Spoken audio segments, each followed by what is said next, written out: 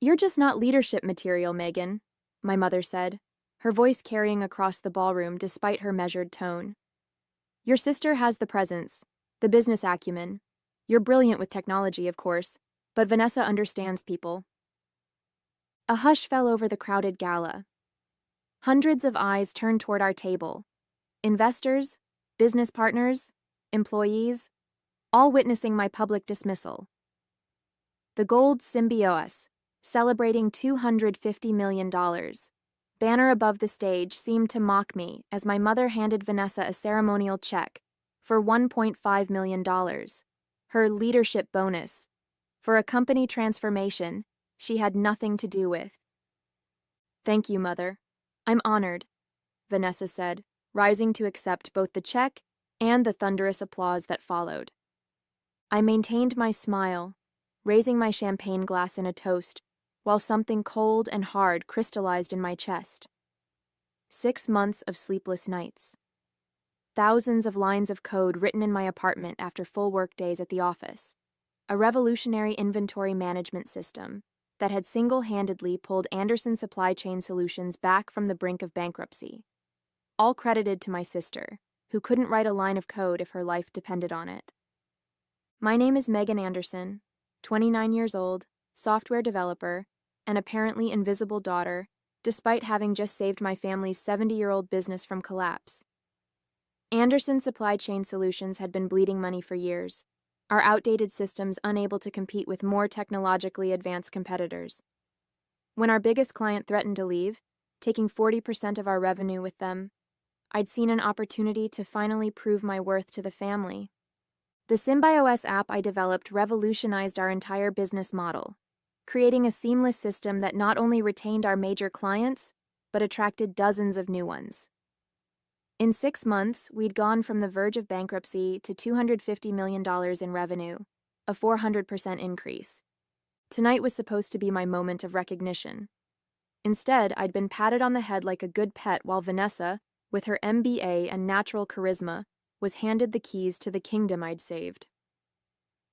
"Speech," someone called from the crowd, and Vanessa stepped to the microphone, her smile dazzling under the ballroom lights.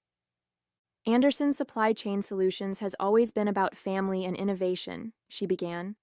"The app that has transformed our business was truly a team effort, though I must acknowledge my sister's technical contribution."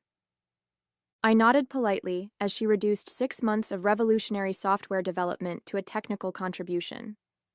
As the evening wore on, I circulated through the crowd, accepting congratulations from people who clearly knew who had actually created SymbiOS, regardless of my mother's public narrative.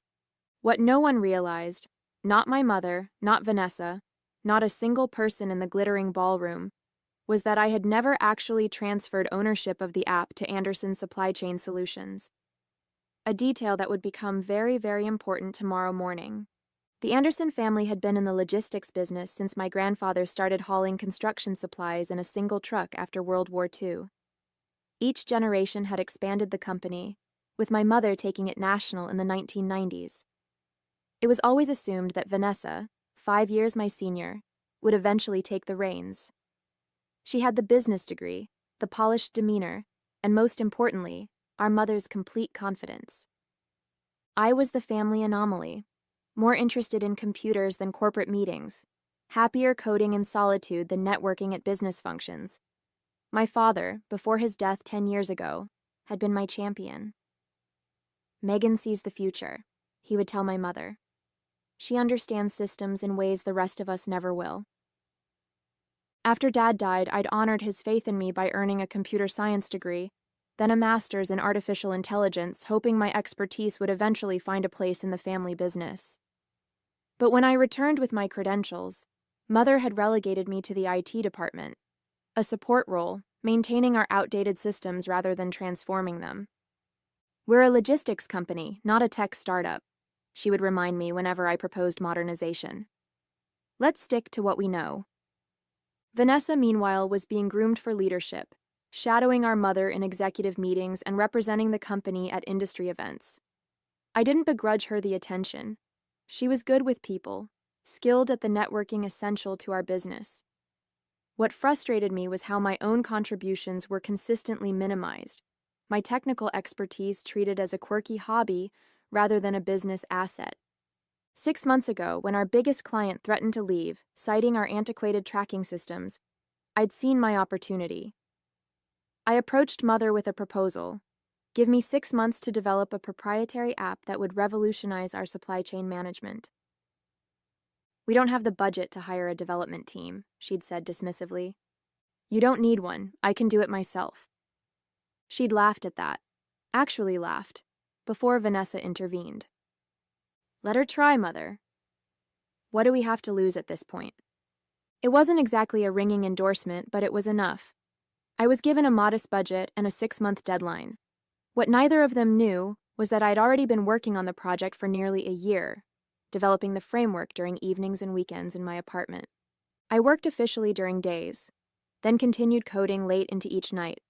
I documented everything, every line of code, every decision, every milestone, partially out of good development practice, and partially because something in Vanessa's support had felt calculating rather than sisterly. The project was my chance to finally prove my value to the family business, but I wasn't naive enough to think professional jealousy couldn't exist between sisters. Still, I never expected tonight's complete dismissal of my contribution, or the sinking realization that my family might never see me as anything more than technical support. The morning after the gala, I arrived at the office early, intending to clear my head before the inevitable meetings about transition to Vanessa's leadership. The development lab I'd been using was tucked away in the basement of our Seattle headquarters, out of sight, like my contribution to the company's survival. As I entered the lab, I was surprised to find Vanessa already there, examining the whiteboard where I'd mapped the Symbiosis architecture. She hadn't bothered to visit once during the entire development process. Morning, I said, setting down my laptop bag. Admiring your handiwork? She had the grace to look momentarily embarrassed. Don't be like that, Meg. Last night was business, not personal. Taking credit for my work is pretty personal from where I'm standing. Vanessa sighed, perching on the edge of my desk. Look, I know you did the technical heavy lifting, but Mother's right. This company needs a face people trust, someone who speaks their language. The clients relate to me. And that justifies the bonus, the promotion, acting like you had anything to do with developing the app that saved the company? The app is company property, developed by an Anderson employee for Anderson Supply Chain Solutions, she said, her tone shifting from conciliatory to businesslike. Your salary was compensation for that work, just like any other project. The words hit me like a physical blow, not because they were cruel, but because they revealed how completely my family misunderstood both me and modern business realities. They genuinely believed the app automatically belonged to the company, to them, simply because I was an employee and an Anderson. I wanted to give you a heads up, Vanessa continued, apparently interpreting my silence as acceptance. Mother's announcing the new executive structure this morning. You're being promoted to Chief Technology Officer. CTO? I said, momentarily caught off guard. It's a significant title bump from IT manager, she pointed out, and a 30% raise. We recognize your contribution, Meg, truly. But the company needs clear leadership, and that means you, I finished, because I'm just the tech person. She patted my shoulder as she stood to leave. I knew you'd understand. The board meeting starts at 9. Try not to be late. It looks unprofessional. After she left, I sat at my desk, staring at the complex system architecture on my whiteboard. All those nights, all that innovation, reduced to being the tech person, who should be grateful for a title bump while my sister took the real power and compensation. I opened my laptop and navigated to a folder labeled Symbiosis Legal. Inside was documentation I'd prepared months ago, but hoped never to need. Copyright registrations, timestamps of development milestones, the GitHub repository showing my sole authorship, and most importantly, the fact that I had developed the majority of the app on my own time, using my personal equipment. I had hoped my family would recognize my value on their own. That hope had died a very public death last night. Now it was time for Plan B. I pulled out my phone and called the number I'd saved but never expected to use. Heather? It's Megan Anderson. I need your legal services after all. How soon can you come to my office? At 8:55 a.m., I stood outside the boardroom, Heather Preston at my side. As one of Seattle's top intellectual property attorneys, her presence alone would send a message, but the documents in her leather portfolio would do far more than that. Are you sure about this? Heather asked quietly. Once we walk in, there's no going back to the way things were with your family. The way things were wasn't working for me, I replied. And judging by last night, it never will. We entered the boardroom precisely at 9. Mother sat at the head of the table, with Vanessa to her right.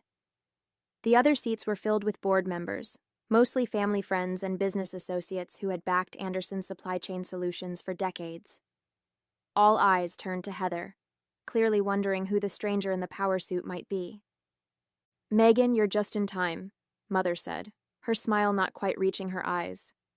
And you've brought a guest? This is Heather Preston, my attorney, I said, taking a seat across from Vanessa.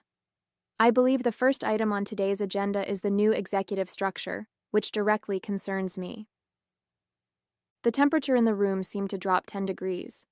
Mother's smile vanished entirely. I wasn't aware you felt you needed legal representation for a family business discussion, she said coldly. I didn't either, until last night made it clear that family and business have very different definitions in this company. Mother glanced at the other board members, clearly trying to maintain control of the narrative. Perhaps we should discuss this privately first, Megan. Actually, I think the entire board should hear this, I countered. After all, they have fiduciary responsibilities to the company, and what I'm about to share directly impacts Anderson's primary asset. Heather opened her portfolio and distributed copies of a document to everyone at the table. This is a preliminary licensing agreement for the SymbioS application, which legally belongs to Megan Anderson as its sole creator and copyright holder. The room erupted in confused murmurs. Vanessa snatched up the document, her face flushing as she scanned its contents. This is absurd, Mother declared. The app was developed for Anderson Supply Chain Solutions by an employee. It belongs to the company. Heather remained perfectly calm. That would be true if development had occurred exclusively during company time, using company resources, and within the scope of Ms. Anderson's job description. However, as the documentation we've prepared demonstrates, approximately 78% of development occurred on Ms. Anderson's personal time, using her personal equipment, and far beyond the scope of her role as IT manager. She produced a second, thicker document detailing my development timeline, complete with timestamps, commits, and evidence of when and where the work had been done. This is a family company, Mother hissed, her composure slipping. We don't need these legal games. I'm not playing games, I said quietly. I'm protecting my intellectual property while still trying to benefit the company. The licensing agreement is extremely favorable, much more so than you'd get from any third party. You're holding your own family hostage, Vanessa accused, slapping the licensing agreement down on the table. After everything we've done for you. What exactly have you done for me, Vanessa? Take credit for my work? Accept a bonus for my innovation? One of the board members, Harold Jameson, a tech venture capitalist who'd been my father's friend, cleared his throat. I'd like to review these documents before we proceed. If Ms. Anderson's claims are valid, we need to approach this carefully. Mother looked betrayed by his reasonable response. Harold, surely you're not entertaining this rebellion? It's not rebellion, Eleanor. It's business. And if your daughter has created valuable intellectual property, she has every right to protect it. He turned to me. Though I must ask, what are your intentions, Megan? What outcome are you seeking here? Before I could answer, Mother interrupted. Her intention is clearly to extort money from her own family by threatening to pull the technology that our clients now depend on. She fixed me with an icy stare. Is that it? You want more money? A bigger title? The accusation stung, but I kept my voice level. What I want is recognition of my contribution and a fair stake in the company's future. The SymbioS app isn't just an improvement to our business, it is our business now, and I'd like a say in how it evolves. The battle lines were drawn, and from the looks on my mother's and sister's faces, this was just the beginning. The emergency board meeting stretched into the afternoon as Heather methodically presented evidence of my ownership rights. Harold and two other board members with tech backgrounds asked pointed questions, clearly taking the matter seriously, while Mother and Vanessa grew increasingly hostile. Even if, and this is a substantial if, Megan has some technical claim to the software, withdrawing it now would destroy the company, Mother argued. That would hurt everyone, including Megan herself. This is nothing but a tantrum because she wasn't named CEO. I'm not threatening to withdraw the software, I clarified for the third time. The licensing agreement ensures Anderson Supply Chain Solutions can continue using SymbioS without interruption. I'm simply establishing that I own the intellectual property and should have appropriate compensation and authority over its development. Which conveniently undermines the leadership structure announced last night, Vanessa pointed out. If you control the app that runs our entire operation, you effectively control the company, regardless of titles. There was truth in her observation, which was precisely why my family should have considered these implications before dismissing my contribution so completely. Harold called for a brief recess, and the board members filed out, leaving me alone with Heather in the conference room. Through the glass walls, I could see Mother and Vanessa in intense conversation with the company's general counsel, who had been hastily summoned mid-meeting. They're going to counter with something, Heather warned. Stay focused on your primary objectives. When the meeting reconvened 30 minutes later, Mother's expression had shifted from outrage to calculation, a look I recognized from countless business negotiations I'd witnessed growing up. She was pivoting to a new strategy. After consulting with counsel, we acknowledge that Megan may have certain rights regarding the SymbioS application, she began, each word clearly painful to utter. In the interest of family harmony and business continuity, we're prepared to offer a generous settlement. The company's attorney distributed counter-proposal documents, a one-time payment of $5 million in exchange for complete transfer of all rights to the application. This is 5 times the bonus awarded to Vanessa, Mother pointed out, a clear recognition of your technical contribution while allowing the company to move forward under stable leadership. $5 million was significant money, life-changing for most people. But SymbioS wasn't just code. It was my vision for transforming not just Anderson's supply chain solutions, but potentially the entire logistics industry. The app I'd created was worth far more than $5 million, both financially and strategically. Before I could respond, Harold spoke up. I've reviewed the technical documentation, and I have to say, Megan's work goes well beyond what I'd consider a standard employee contribution. This isn't just an app. It's a complete reimagining of how logistics can function in the digital age.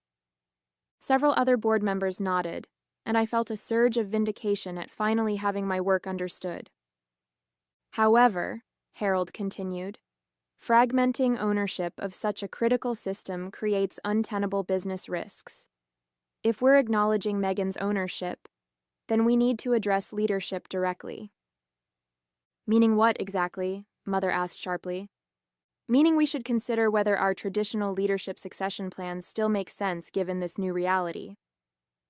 The implied suggestion, that I might be better suited to lead the company than Vanessa, hung in the air. To my surprise, 2 other board members voiced immediate agreement. Mother's face hardened. This board does not dictate family succession.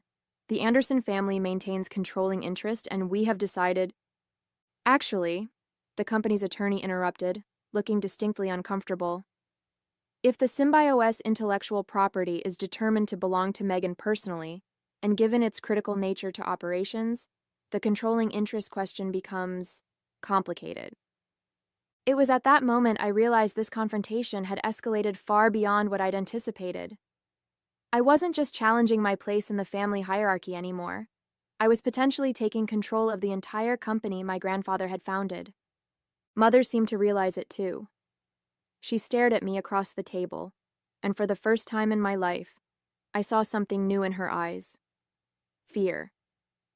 The meeting adjourned with tension thick enough to cut. Mother requested 24 hours to consider the situation before reconvening, and the board agreed. As everyone filed out, Vanessa caught my arm. "What exactly are you trying to accomplish?" she demanded, her voice low. "Humiliate Mother? Take over the company? Get revenge because I got a bonus?" "I created something valuable and I want proper recognition for it," I replied evenly, both financially and in terms of decision-making power for the technology's future. "So it's not enough to be CTO? You want my job too?" I pulled my arm free. "I never asked for your job, Vanessa, but I did earn a seat at the table where decisions about my technology are made. If that threatens you, maybe you should ask yourself why." She stepped back, her expression hardening. "You have no idea what you've started. Mother won't just hand over control of this company, not even to family." I'm starting to think I was never really considered family in the first place, just the weird tech person you keep in the basement until you need something. The hurt that flashed across Vanessa's face was genuine, making me regret the harshness of my words despite their truth. Before she could respond, her phone buzzed with a text. She glanced at it, then gave me a look I couldn't interpret. "Mother wants to see you, alone. Her office, 15 minutes. After Vanessa left, Heather expressed concern about me meeting Mother without legal representation, but I assured her I could handle a family conversation. "Text me if you need backup," she insisted before departing. Mother's corner office overlooked the Seattle waterfront, the Space Needle visible in the distance on clear days. She stood at the window when I entered, her posture rigid with tension. "Close the door," she said without turning. I did as instructed, then waited. The silence stretched between us until finally Mother spoke, still facing the window. "Do you know what your grandfather started with? One truck. One.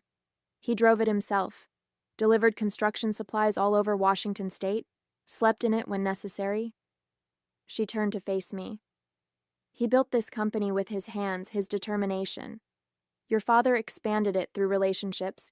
He knew everyone in the industry, remembered their children's names, sent cards on birthdays." "I know the family history." "No, you don't," she cut me off sharply. "You know the sanitized version we tell at company events. You don't know how many times we nearly went under. You don't know that your father mortgaged our house.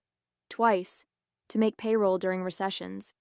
You don't know that I once went 3 years without drawing a salary so we could afford to modernize our warehouses." She moved to her desk and unlocked a drawer, removing a thick folder. "You think this is about an app? About who gets credit? It's about 70 years of Anderson blood, sweat, and sacrifices." She slapped the folder down on her desk.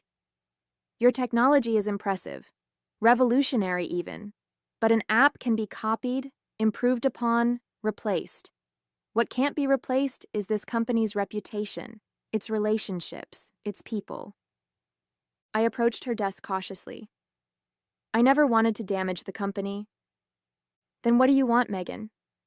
Tell me exactly what outcome you're seeking here." It was the same question Harold had asked, but coming from my mother, it carried different weight. For the first time, she seemed to be genuinely asking rather than assuming. "I want to be valued for what I contribute," I said simply. "Not just with money, but with a voice in the company's direction. The app isn't just a tool, it's a new business model, and I want to help shape how it evolves." Mother studied me for a long moment, then opened the folder. Inside was a new proposal. Not a buyout this time, but a restructuring of the company itself. "Then perhaps it's time for Anderson Supply Chain Solutions to evolve as well."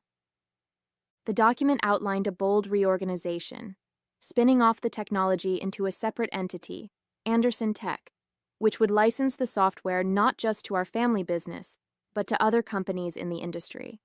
The proposed CEO of this new venture? Me. It wasn't a concession, it was a challenge, and the stakes had just gotten much higher. The next morning, the board reconvened with an expanded agenda. Mother stood at the head of the table, commanding the room as she had for decades. After considerable reflection and consultation, I'm proposing a strategic restructuring of Anderson Supply Chain Solutions, she announced, projecting a confidence I knew masked deeper emotions. The success of the SymbioS application has revealed new possibilities for our company's future. She outlined her proposal for spinning off Anderson Tech as a separate entity under my leadership, while Vanessa would continue leading the traditional logistics operations. Both companies would remain under the Anderson family umbrella, creating a more diverse business portfolio. This approach recognizes both the value of our established operations and the transformative potential of Megan's technological innovations, she concluded, making eye contact with each board member. When she finished, all eyes turned to me. The proposal was clever. It acknowledged my ownership of the technology while preventing a complete power shift. It also contained several provisions that would keep ultimate control firmly in my mother's hands as chair of both companies' boards. "Thank you for the proposal," I said, my voice steady. "But there are some modifications needed." I signaled Heather, who distributed a counter-proposal I'd worked on throughout the night. While I accepted the basic structure of separate companies, my version established clear independence for Anderson Tech, with its own board comprised of tech industry veterans rather than family friends. It also specified that while the family logistics business would be a primary client, Anderson Tech would be free to pursue broader market opportunities. Most crucially, my proposal included a formal acknowledgement that the SymbioS intellectual property belonged to me personally, with a licensing structure that ensured fair compensation for its use. These terms are non-negotiable, I concluded. My technology, my conditions. Harold was the first to speak up. "I think Megan's counter-proposal is not only fair, but strategically sound. It positions both companies for growth in their respective spaces." Other board members began nodding, and I watched as the family power dynamic shifted irrevocably before my eyes. 6 months after the restructuring, I stood on a different stage in a different ballroom, accepting the Pacific Northwest Technology Innovation Award for SymbioS. Anderson Tech had expanded to 30 employees, secured 3 major clients beyond the family business, and was projected to hit $500 million in revenue by year's end. Mother sat at the center table, her expression a complex mixture of pride and resignation. Beside her, Vanessa applauded politely, though tensions between us remained strained. The traditional logistics business she led was stable but no longer the family's crown jewel, a reality she was still adjusting to. "Innovation often comes from unexpected places," I said in my acceptance speech. "And sometimes the hardest part isn't creating something new, but finding the courage to claim ownership of your creation." After the ceremony, Mother approached me, her usual commanding presence somehow diminished in the tech-focused crowd, where her decades of logistics expertise carried less weight. "Your father would be proud," she said quietly. "He always said you saw systems differently than the rest of us." "Thank you," I replied, surprised by the genuine sentiment. "That means a lot." She glanced around at the tech executives networking nearby. "I underestimated this world, and you. I won't make that mistake again." It wasn't quite an apology, but from Eleanor Anderson, it was as close as anyone ever got. As she walked away, I felt a surprising lack of triumph. The vindication I'd imagined tasted different in reality, less sweet, more complex. I had secured recognition, independence, and the opportunity to pursue my vision without constraint. But the family relationships had been fundamentally altered in the process. Harold appeared at my elbow, champagne in hand. "To the future of Anderson Tech," he said, raising his glass. "Your grandfather built an empire with a single truck. Imagine what you'll build with a single app." I smiled, clinking my glass against his. "I already am. This is just the beginning." And as I surveyed the room full of people there to celebrate technology I had created, I realized that sometimes the most powerful revenge isn't about tearing others down, but about rising to heights they never imagined you could reach, and taking your rightful place when you get there.